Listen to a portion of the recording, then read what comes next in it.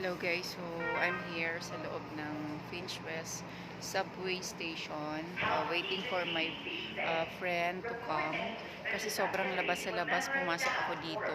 So I met a Filipina citizen din, and then I approached her para maki-send ng message doon sa aking imi-meet up today since nawalan nga ako ng data.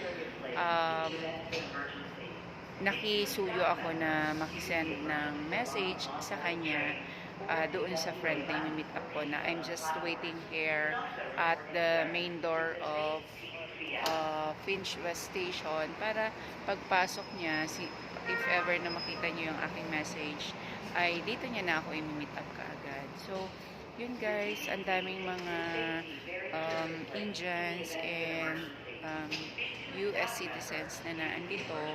So, fortunately, magkita agad kami since darating naman siya and lalabas daw siya sa kanyang work at 10 a.m. So, it's already 10:04 in Canada time. Ayan, sobrang lamig. And, eto siya. Ay, may board dito.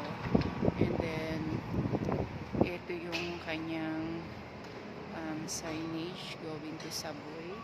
So, bababa dyan yung subway. So, I'll just wait for him. Okay guys, thank you so much.